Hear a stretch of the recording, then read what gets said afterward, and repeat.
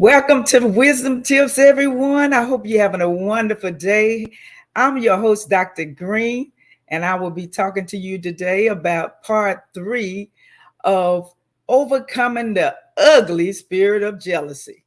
All right. So I want you to go ahead and share this broadcast with someone. I hope you enjoyed the last episode 1 on jealousy.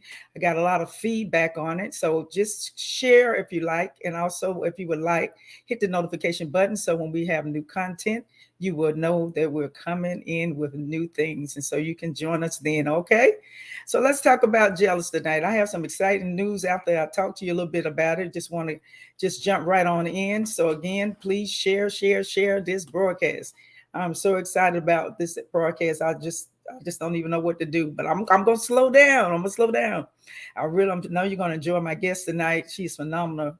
So before I get started, let's just go ahead and talk about it. Let's go back over what is jealousy. What is jealousy? We talked about last week that jealousy is a complex emotion, and it ranges from feelings of suspicion, rage, and humiliation. And it strikes all kind of people, whether you're young, whether you're old, whether you married, whether you're single, it doesn't matter. It's just all over the world because people are going through things and they see what other people have, and sometimes they get so upset because they're not moving forward like other people. So sometimes it gets in their spirit, and it's easy sometimes to feel jealous about things, especially when you're not doing the things or having the things in your life that you've been praying about or working to get. All right. So it's an emotion. Remember, it's an emotion that comes over you.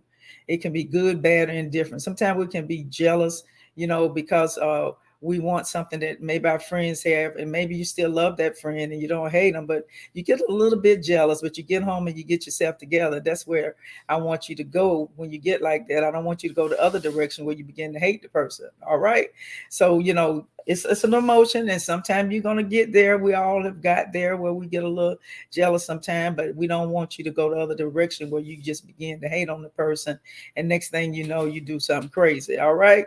So it's an emotion. And sometimes when people have relationships, and they fall in love with somebody. You have some people that feel like they own the person, and they want to control the person in some kind of way.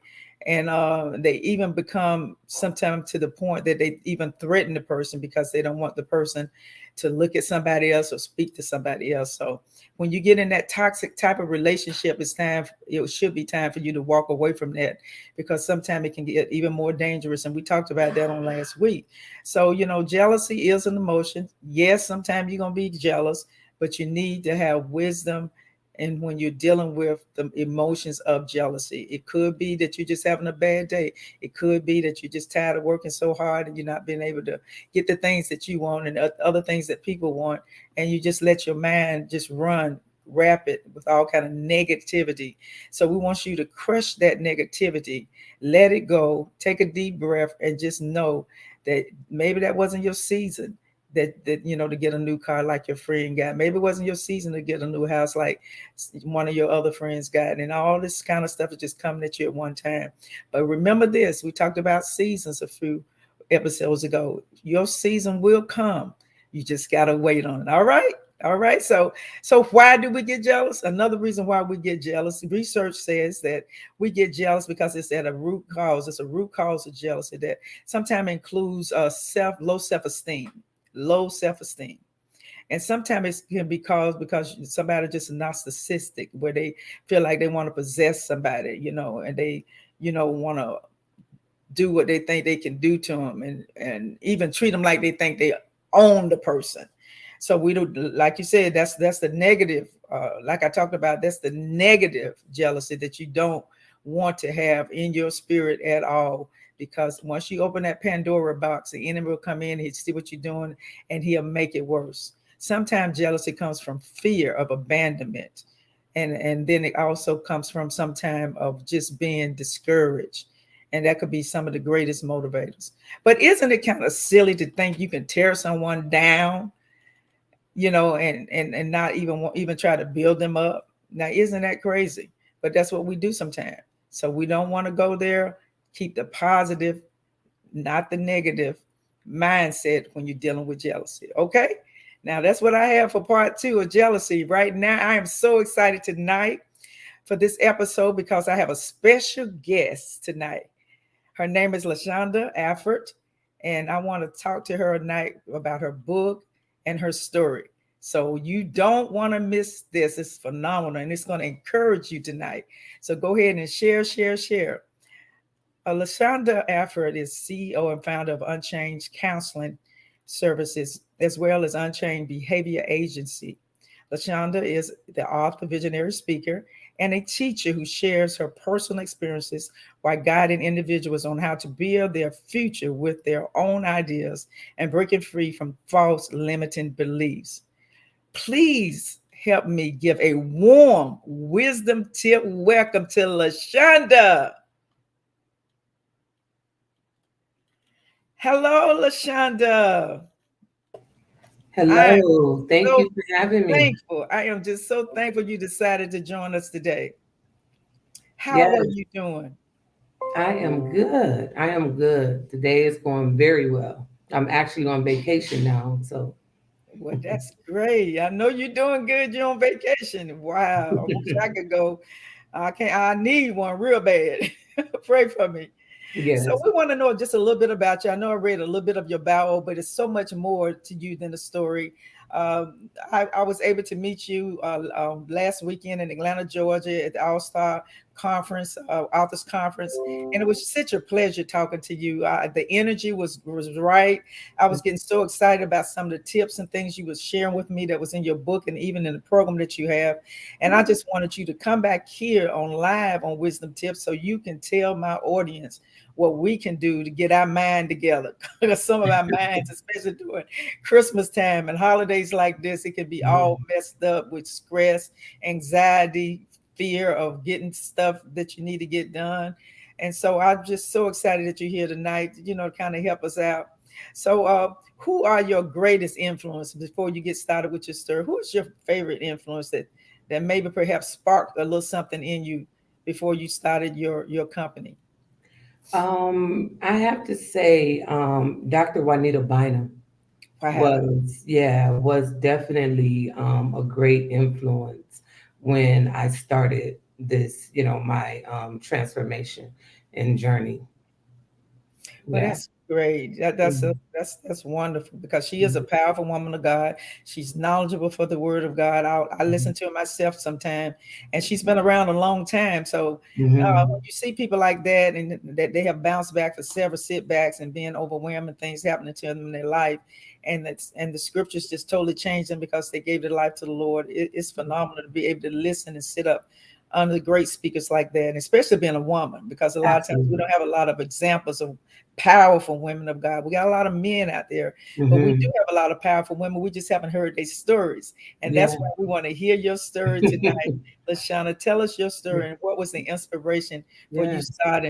uh, starting your company? Yeah. And Thanks. so the listeners may be wondering, like, why did I say Dr. Bynum? And when I think about my life, so my mom and my dad was both murdered when I was younger. And Wow. so the way I was raised in this drug infested environment that, I basically was taught to get it however you can get it, right? And I remember thinking that I didn't want to be like the people that I was around, right? Like I love my family. We were close, knit family, but I knew I didn't want to do some of the things, but unfortunately, I didn't have a role model to follow as it relates to what I actually wanted to do. I knew what I didn't want to do, but I didn't know what I wanted to do. And Hmm. so as I'm going through life, I began to make some of the same, choices, and some of the choices landed me in prison in a different country. And so I was incarcerated in Trinidad from 1999 to 2002 and got transferred back to America through our treaty transfer. But it was in that prison experience that actually brought about the change, right? And so the title of my company is You Change. And in that change, I pull out the word CAN, which really means you can change, right? Because Mm, of the way my life was built, I didn't think change was possible, right? I right. thought I was handed a bad deal, right? A bad debt or a bad hand, and that I was gonna lose with it, right? But Mm-hmm. then once I got in, I was incarcerated. That's where my change, took place, because while I was incarcerated, I was forced to come face to face with who I wanted to be and who I had become. And so Oh, that's the inspiration behind You Change, or You Can Change LLC. that's a powerful testimony. So tell me again, you said you came to yourself. Hmm. What made you come to yourself? I Yeah. know you were in prison Hmm. for quite a long time, Hmm. but you said one day Hmm. something Yeah. just came to you. Hmm. Hmm.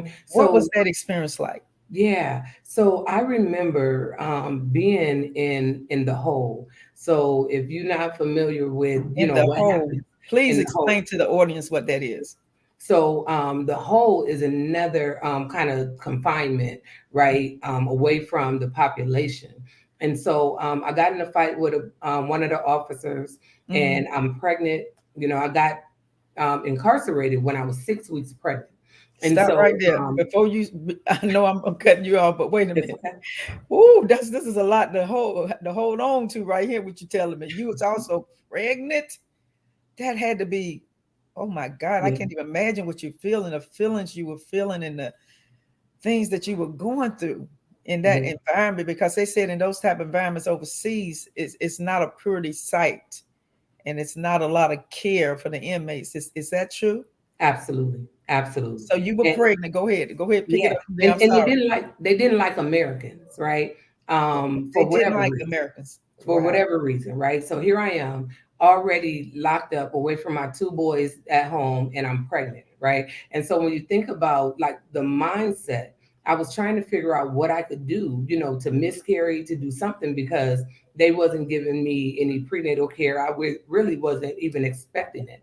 And so it was a particular officer that was provoking me. She just kept doing, Mm. silly stuff. Like she would lock me outside the cell, What? just different things. So Mm. one morning I end up, doing something to her to cause the fight or whatever, and I Hmm. end up being in a hole. Wow. So I'm in the hole, isolated from the regular population. And it was that moment where I began to pray, because I always believed in God, always, just believed God existed, just because of the heavens and the earth. And so, but I wasn't raised in church. And Hmm. so here I am in this, third world country, and I'm there and I'm face to face, right, with who I have become versus who I wanted to be. Oh, And stop right there. Stop right mhm, there. okay, okay. Who I had become and who I wanted to be. Did y'all hear that, audience? Mhm. Who are you right now? Who Yes. do you want to be and who you are now? You can Yes. make that change. You don't have to be Ab- jealous of anybody. You're Absolutely. fearfully and wonderfully made. Yes. That is Absolutely. powerful. Yes. Go ahead, Lashonda. Absolutely. And so it was while I was, isolated from, the greater population, I was again forced to begin to go inward. And even when we think about that jealousy, right? Jealousy, although it's an internal thing, is sparked from external stuff, right? That we Mm, feel like external, whether it's people, places, things owe us something, right? mm, And so that's the one thing. Once I realized who I am, right? Once I became or gained a better understanding of who I was, it changed how I seen other women. It changed mm. how I seen, the world, right? It just created this complete change. And so Yes. You Change counseling and consulting is very fitting, because everything surrounds go back to, no matter what it is. You know what I'm saying? It's like Hmm. you can change your perspective. So I teach individuals using a cognitive behavioral model, right? Hmm. Where I begin to help them see that we think events control our emotions. So Hmm. we experience a breakup, or, a bad boss, or a loss of a loved one. Hmm. Those are events. And I Okay. teach people that the events in life we Hmm. cannot change, right? Hmm. We cannot change those events. But what people don't understand is it's another step that's between events and emotions. And that Mm. other steps is thoughts. So my thinking about the event is what controls my emotions. Right. And Mhm. so the same person, I can have a loved one who passed on, and my thinking can be, oh my God, life will never be the same. And although it won't, right? Mhm. But I can have these catastrophic type of thoughts, and it will cause me to want to die with that individual or to not live. But if I Mhm. shift my thinking and And start so, thanking God for, mhm. the 5 years, the 20 years, the 50 Mhm. years, that I've had with somebody, then my emotions will Mhm. change. So Right. it And is this can be a hard thing, right? And right. some of my clients, they'll be like, I don't know. It's hard for the mind to grab that. Mhm. But when I teach them and I tell them to just practice it, just to see, they'll come back and say, okay, I'm getting it. Yeah. But I And you promise you, if we mm. master that, we master our lives. Well, I think what you said, one thing that to me started the whole thing far as knowing who you are. You Hmm. said when you found out who you were, you no longer began to be jealous of people or places and things. And I Yes. think with the mindset, like you were saying, once you know who you are, you can go back and then them deep things, them dark things when you were young and when you were a teenager and things that Yes. happened to you or your life or your family, you can go back to those things then and pull them out and be able to get the freedom that you need because Mhm. now the key word was you knew yourself. Yes. Because when we don't know ourselves, we're trying to be everybody else. That's why the jealousy comes. Absolutely. We want that same outfit I see her guy. We want the same hairdo. We want the same car, the same home, the same outfits. Because we Yes. see somebody else, we're looking over here, but we're not looking within. And you talked Hmm. about looking within. When we look Yes. within ourselves, we don't need those other things to validate us. But if you don't know who you are, that's when the jealousy, the ugly spirit of jealousy comes, and you begin to start, like they say, hating on people. Absolutely. You mad at their Absolutely. beauty, you mad at their looks, you mad at their money, you mad at their husband, their boyfriends, their children. You just begin to hate everything about the person because you want to Yes. be like that person because you Mhm. don't know who you are. Would you agree Absolutely. with that, Lashanna? Absolutely. Absolutely. And just to add to that, once you understand who you are, you begin to understand or not even want what belongs to someone else, right? Say it again. It- Say it again. Woo. Once you understand who you are, you will Yes. begin to, not even want what belongs to someone else, right? Mm, And so even when we think about this thing called, jealousy, it mhm, took me back to Cain and Abel, right? mhm, So they both felt they were doing the right thing. They both gave of what, they had. But however, one became jealous because it was like, wait, as if someone was being picked over them. right, But right. when you realize, like, wait, hold on, nobody can take my spot. Like, I don't even want to be in a position longer than I'm supposed to be in that position. Because at the end of the day, if you somewhere that you're Mm, not supposed to be for too long, it's yes. going to create drama. Mm. You It's know, gonna create what now? it's Drama. it's going to create drama. you Yes. know. Oh And my so, yeah, goodness. but here's the thing, all of this came about as a result of my lived experience, right? My Say it lived again. Your experience. lived experience. My lived experience. Because when Mm, I got released, I was already like on the road, understanding that the meaning and the purpose of my life. And so me going to school and getting my, bachelor's in social work and then my master's in social work and doing it, all of that, that was the key to unlock some of the natural doors, right? But the mm, anointing that's on my life to bring about or to assist with bringing about change didn't come from me going to school. That mm. came from me not giving up when I was going through. Tell it, tell it. You going to church now, right now. Tell it. All Yes, right. yes, So when this is a good point because the next question I was going to ask you is when did you realize that you were gifted and called to do what you're doing? And you basically just told us. Can you absolutely. elaborate a little bit more? Yeah, I realized it while I was still incarcerated, Mm-hmm. right? Because it was there that I had to make a covenant, right, with God in the aspect of knowing that I was going back to my environment. And I Mm, knew that I didn't want to go back to a lifestyle, right? Even though I was going back to the environment.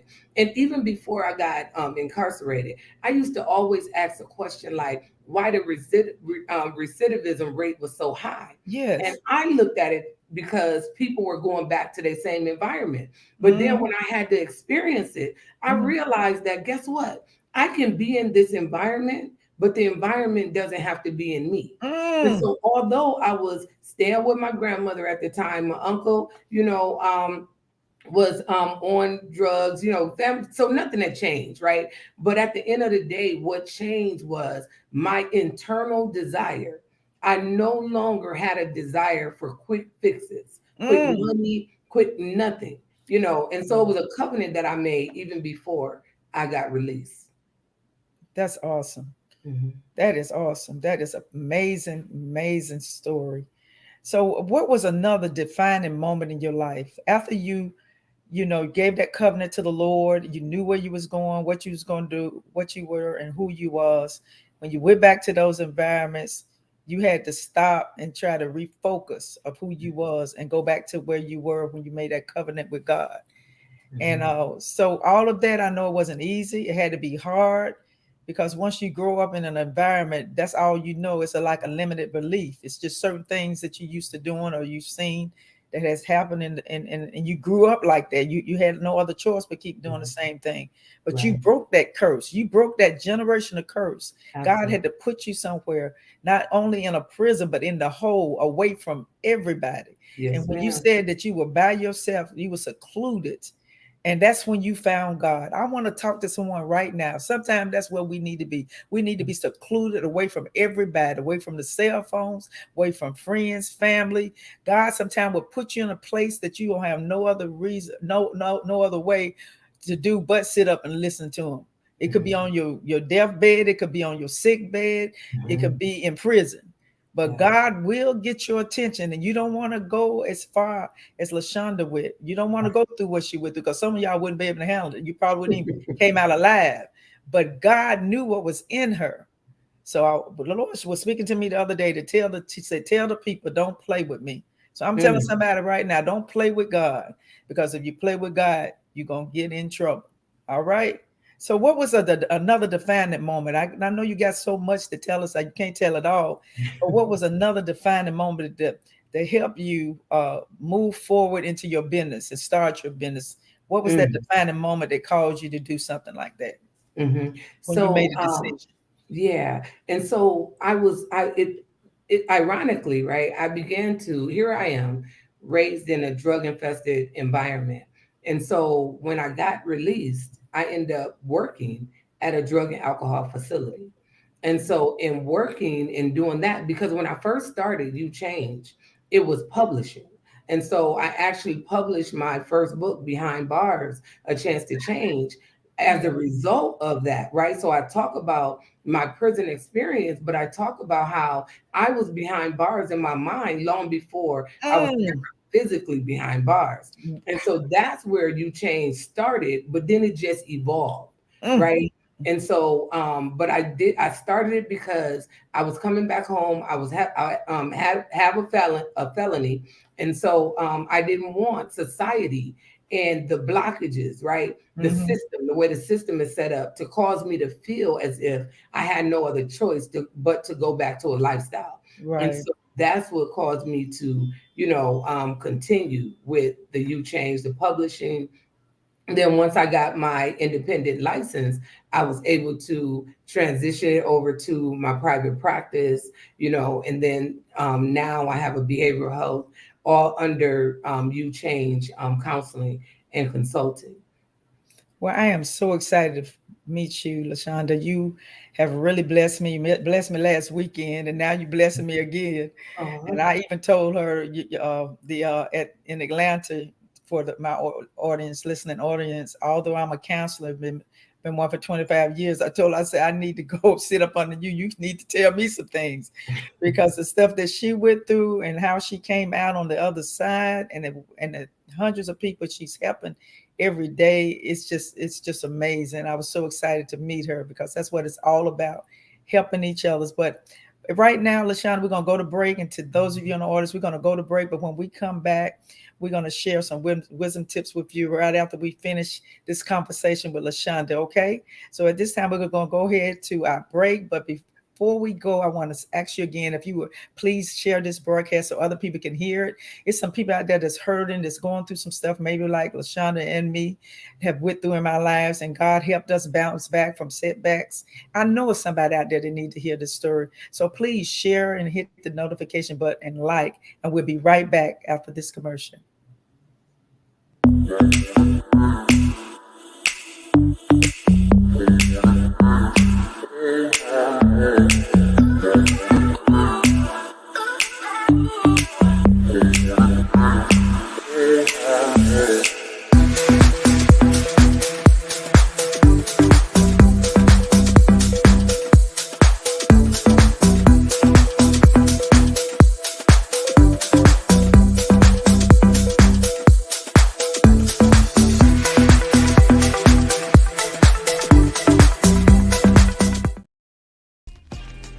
Hello, everybody. I am Dr. Tina J. Ramsey, and I want to share with you about CTR Media Network. Have you heard? CTR Media Network is a new standard of podcasting with over 30 plus podcasters. We reach 350 million global listeners worldwide in over 50 plus countries across all major podcasting and social media platforms. We have featured over 1,000 guests. What we specialize in is helping business owners, entrepreneurs, coaches, and fellow podcasters expand their visibility on our platform. We're all about positioning with visibility, connections, and teaching you how to monetize what you do. Let me tell you something. If you're a business owner, we have sponsorships opportunities. We have commercial slots. We also have opportunities for you to be a featured guest on any of our shows. So what are you waiting for? CTR Media Network is who we are, and this is where you need to be. So go to ctrmedianetwork.com and click our store feature so that you can see which opportunity fits your life and your budget so that we can get started working with you today.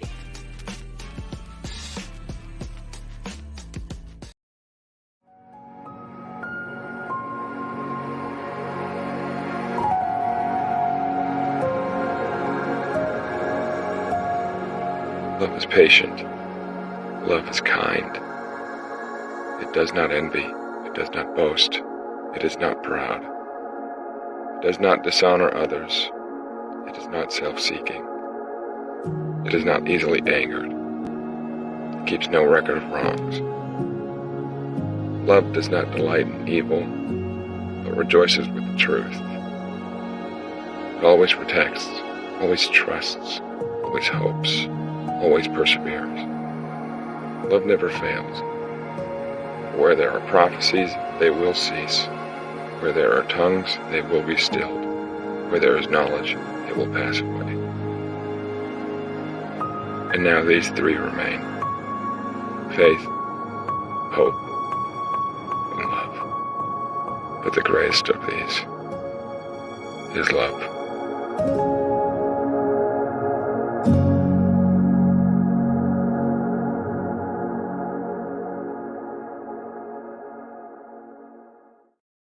Welcome back to Wisdom Tips. If you're just joining us, we're discussing how to overcome the ugly spirit of jealousy with my special guest, Lashanna Alfred, as well. She's telling us her story and some phenomenal things that she's been doing in her company.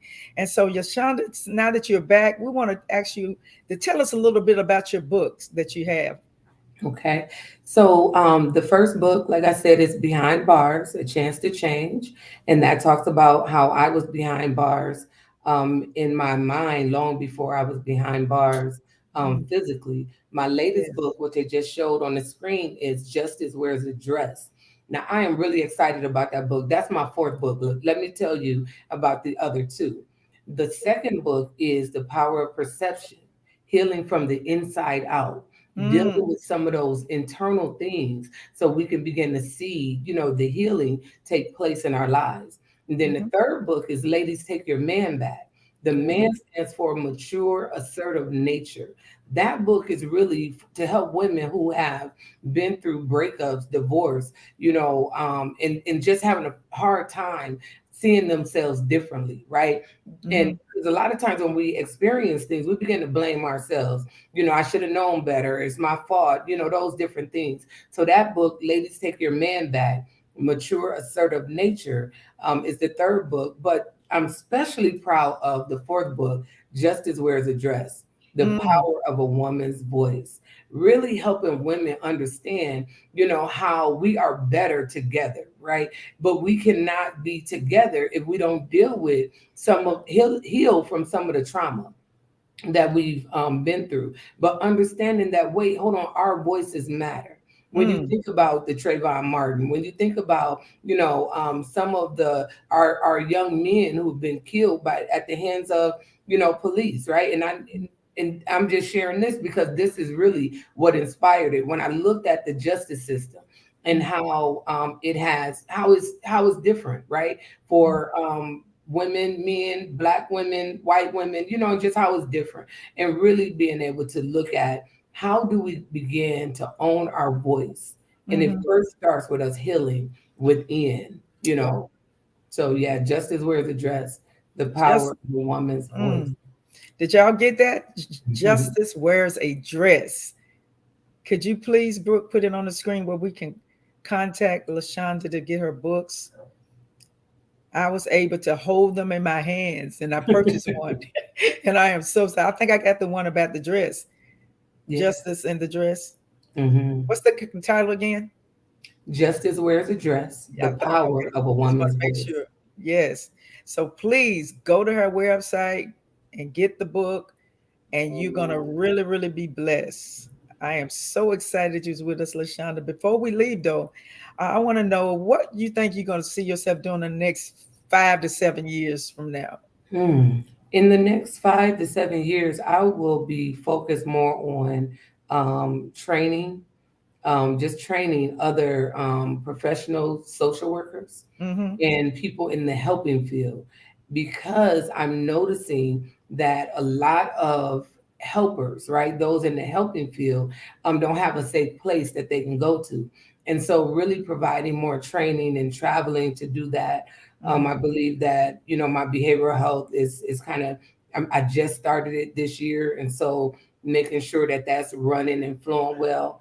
But yeah, I'll be doing more traveling and training for professional helpers. Well, Lashana, can you talk to them a little bit about what you talked to me last weekend about trauma? Because you're a specialist in trauma therapy, Yeah. and it was two of those things, two of the programs, not two of the things that you do to help your clients bounce back from trauma and Hmm. and disappointments in life. Can you Hmm. share a little bit of both of those therapies that you do that you Yes. your patients and they were able to get healed and bounce back? So you don't have to always take pills out there. Those of you that are in the audience, I'm not knocking pills. That's what your doctor asks you to do or tell you to do. Please do that. But it is ways that you can get totally free from the bondage and the depression and all the things that you're experiencing and the trauma that you Hmm. experience not only as a young child but even maybe now as an adult. So I'm just going to leave the floor to Lashonda so she can talk to us a little bit more about the therapy and treatments that she do at her clinic. Yeah, and so one of the techniques that I use, I'm certified in what we call EMDR, and EMDR is eye movement desensitization and reprocessing. That's a therapeutic technique that we use to assist with trauma. What people don't realize is that trauma gets stored in our brain, which causes us to be startled. That's where we get that fight, flight, or freeze from. And so, just say if you experience molestation, or if you watched your mom being abused or some type of violence when you were younger, and it creates this fear, right? This feeling of I'm not safe. Well, Mm-hmm, that gets stored in a part of our brain. And so, mm-hmm, when we're going through life and different things are happening, and just say someone walks up behind you, or somebody that you're in a relationship with mm-hmm, walks up behind you and touch you or something, and you find yourself jumping, mm-hmm, that's stored trauma, in the brain. So what we do, I use tappers, what we call tappers. So if you're in my office, I'll hand you tappers, and it creates the bilateral stimulants in the brain. And so I will have you go back to your earliest memory of feeling unsafe or feeling like it was your fault. So first I have you identify a negative cognition that you may have, even if you know it's not true, right? So we may know that it's not true, that it's my fault, but yet I was always blamed for stuff as a child.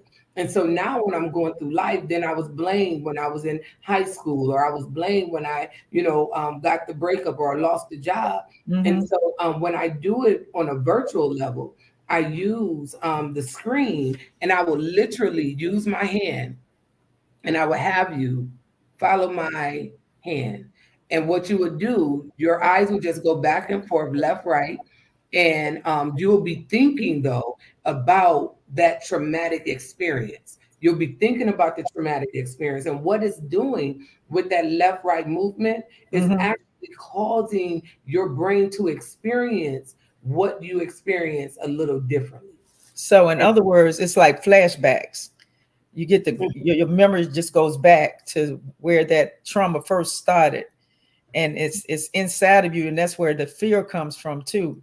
Even Mhm, if, when I'm doing therapy with a lot of the ladies that I've done over the years, they have mhm. a spirit of fear all the time, about fear of losing their jobs, fear of losing their house, Yeah. fear of losing their children, fear of Mhm, losing themselves, fear of mhm. finances, just always just fear, fear, fear. And then they start having anxiety because Yeah. that pent up, like you said, trauma is inside of them. So when you do that eye movement, it kind of flashes back. Is that what you're trying to explain to me? Well, not necessarily flashes back. So watch this.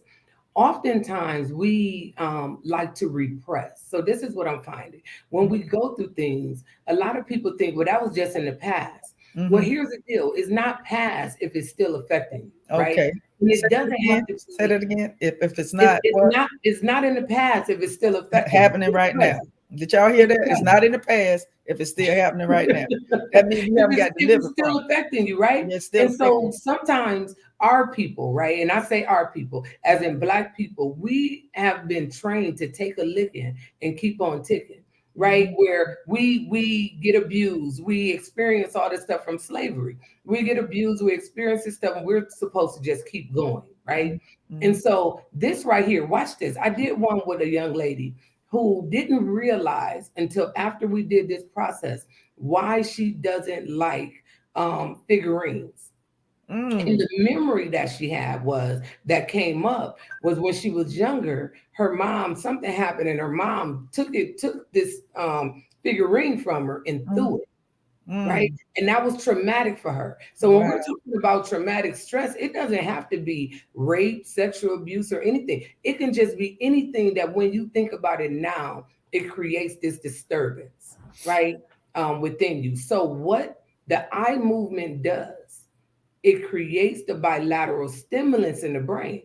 The reason why I have you thinking about what you're experiencing, because we have to be able to look at it so the brain can be able to process it Okay. differently, Okay. right? Because So a lot of times, even at 20, so watch this.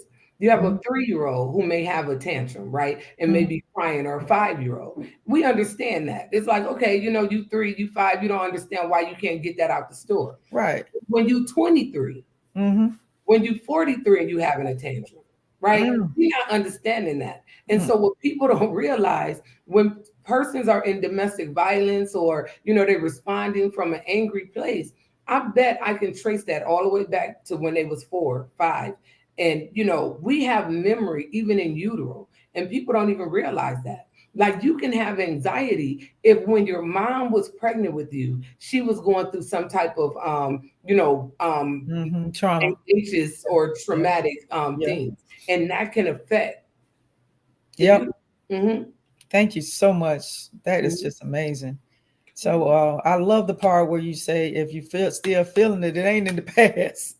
I hope y'all got that, because we still holding on to stuff from the past and we keep going back to the same thing. That means you never got free from, you never got delivered, and you need the help. You need the help that you Absolutely. go to somebody, get some help, and start healing. All right. Absolutely. All right. Yes. Well, And I would Sean, we're like to not share gonna. share one more thing Oh for no. those Okay. who may be interested in learning more about the EMDR. Now, I also do a show entitled Stories of Heroes, Mm-hmm. and that airs on Facebook and YouTube on Tuesdays and Thursdays. And next week, Tuesday, I will actually have another therapist who's certified in EMDR who would actually be talking more in depth about that particular therapeutic process. Okay. Well, where can we find you on Facebook and She had it Instagram? down scrolling at the bottom, so it's Lashanna Townsend, Mhm. Lashanna Townsend Alfred on Facebook, and Okay. it's Lashanna Alfred on YouTube. And they Okay. can even go in and see like previous episodes. I just had a young lady on Tuesday, Mm-hmm. yeah, Tuesday this week, who lost her husband last Mm. year to a rare form of cancer. And she talks about how, traumatic that was for her and all of that. So Stories of Heroes is a platform that I created to help everyday individuals who have overcome some things to be able to share their story. Well, thank you so much, Mhm. LaShonda. You have been an outstanding guest. Thank you. And I hope to have you back again because I'm getting a lot of feedback on the feeds right now of what this awesome interview that we had tonight. And thank you so much again. I know you're a busy woman, and we appreciate you being here. So, Yes. all right, you guys, before you leave, I do have the wisdom tips for this week. So, let us go ahead and share those wisdom tips that I often give you every week. Okay, we're talking about the ugly spirit of jealousy. So, the first tip is acknowledge and openly talk about jealousy. Talk about it, whether you're the person that's jealous or that somebody is being jealous of you. If you notice jealousy feelings, talk about it. It might be a time for you to have a candid conversation if possible. Communication is the key. Don't hold on to it. LaShonda told us a lot of things we're still holding on to, and if you're still holding on to them, you ain't got free from them. In many instances, jealousy is an internal battle, so do some introspection, okay? Then share what you have discovered with somebody that you trust and be truthful about how you can feel or how you feel and what you are comfortable with and learn how to create boundaries, okay? So tip number one, acknowledge and openly talk about jealousy. Got that? Okay, wisdom tip number two, recognize that jealousy is usually a sign of insecurity. We talked about that earlier if you missed it. Jealousy is something we all feel at one point or another in our personal lives, feeling threatened by someone else or somebody done something to us. They don't treat us fairly. However, jealousy can turn into some kind of destructive force. And we talked about that in the beginning. Okay, if you're not careful, you'll be wanting to control the issue or control the person. Recognizing that jealousy is usually a sign of insecurity, we can help ourselves by once we realizing it, then be mindful of what we're doing and what we're saying and what we're thinking. Tip number three, work on managing your emotions. Work on managing your emotions. You can experience jealousy a lot in many different forms, but acknowledge it, even when it's uncomfortable, and ask for appropriate support without immediately misbehaving in any way or acting unseemly. You can grow and manage your emotions by learning how to recognize what you're feeling. I'm going back to that again. Acknowledge it. You have experienced it. Yes, go ahead and tolerate it. And if it's in the inside of you and you feeling it, get it out. Talk about it, like we said. Acknowledge it to yourself. Now, sometimes you don't even have to acknowledge somebody, just acknowledge to yourself, what you're doing. And number four, consider the big picture. Jealousy sometimes develops in response to partial pictures or words. You might be comparing yourself to a friend or somebody else that you want to be like. And then if you're feeling that way, then you should let it go because you are fearfully and wonderfully made. You don't have to be like somebody else. Tip number five, practice gratitude for what you already have. We talked about that last week, the importance of practicing gratitude to God, because if He made us fearfully and wonderfully made, why would you want to be somebody else? Right? Why would you want to be somebody? It's like slapping God in the face. It's like saying, you didn't make me good enough. I want to be like somebody else. So a little gratitude goes a long way. It can not only reduce the feeling of jealousy, but it can also relieve stress. You might not have everything you want. Most of us don't, but you probably have at least some of what you want. Maybe you even have some good things in life and some bad things in life, but we still can thank God that we're here today on and able to breathe and see the sunshine and eat and enjoy our life. So in my closing, I just wanted you to say again, like we often say, we ain't got no time for tears and fears.